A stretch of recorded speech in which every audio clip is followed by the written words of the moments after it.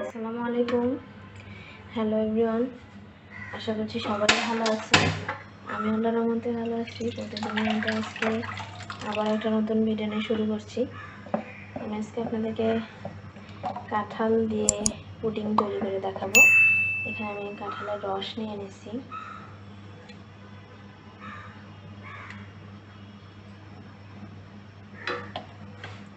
কাঁঠাল থেকে রস চিপে নিয়ে রসটাকে আমি ফ্রিজে রেখে দিয়েছিলাম।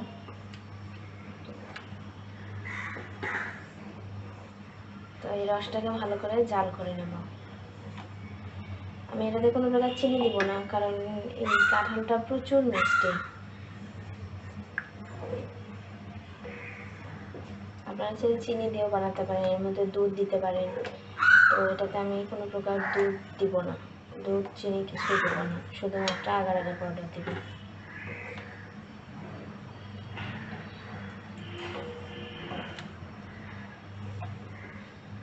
তো ইউটিউবে একটা আপু দেখি এভাবে কাঁঠালের রস দিয়ে পুডিং তৈরি করছে, তো আমিও চিন্তা করলাম যে ট্রাই করি, দেখা যাক কি হয়। তো কাঁঠালের রসটা এই যে জাল করে নেওয়া হয়ে গেছে।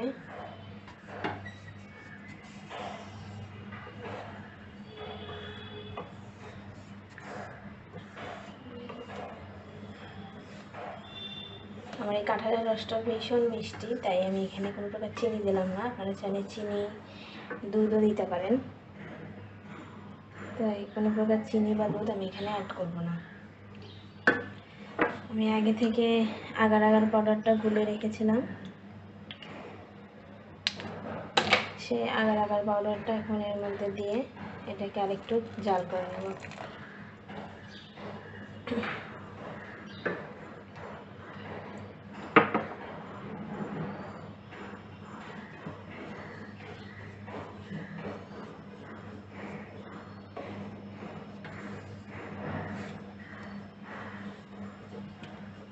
তো এটাকে আমি ঘন করে জাল করে নেব।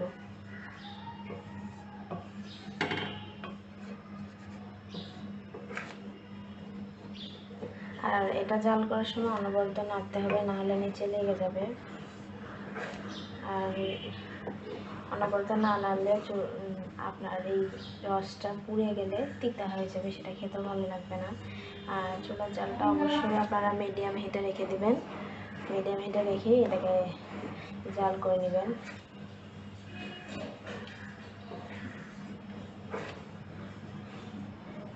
এখন কাঁঠালের সিজন, এখন সব জায়গায় কাঁঠালটা পাওয়া যায় অ্যাভেলেবেল, তাই অবশ্যই আপনারা বাসায় একবার হলেও এই রেসিপিটা ট্রাই করবেন।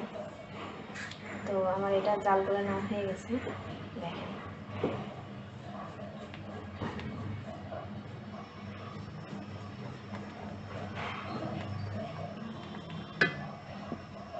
তো আমার এই কাঁঠালের রসটা জাল করে নেওয়া হয়ে গেছে, এটাকে আমি এখন চুলা থেকে নামিয়ে নেব।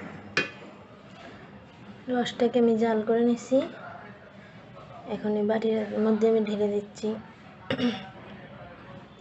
এই বাটির মধ্যে কাঁঠালের পুডিংটা সেট করব, এই জন্য এই বাটির মধ্যে ঢেলে নিচ্ছি।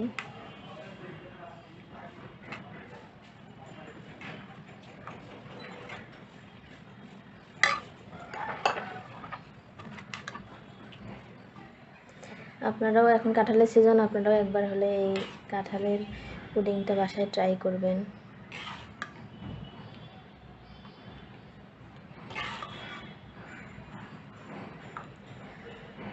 তো এটাকে গরম অবস্থায় ফ্রিজে রাখা যাবে না, এটাকে ঠান্ডা করে তারপর ফ্রিজে রেখে দিতে হবে।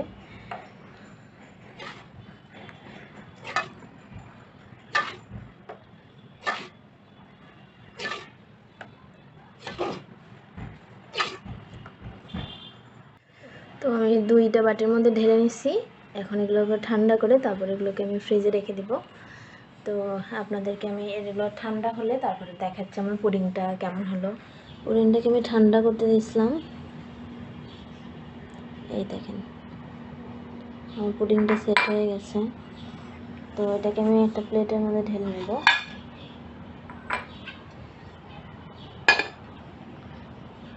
এই প্লেটের মধ্যে আমি পুডিংটাকে ঢেলে নিব, এই জন্য বিসমিল্লাহ।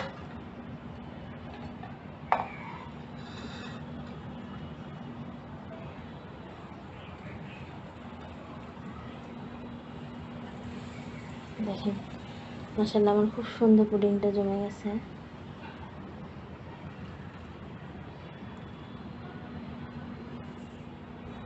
এই তো তৈরি হয়ে গেল আমার মজাদার কাঁঠালের রসের পুডিং।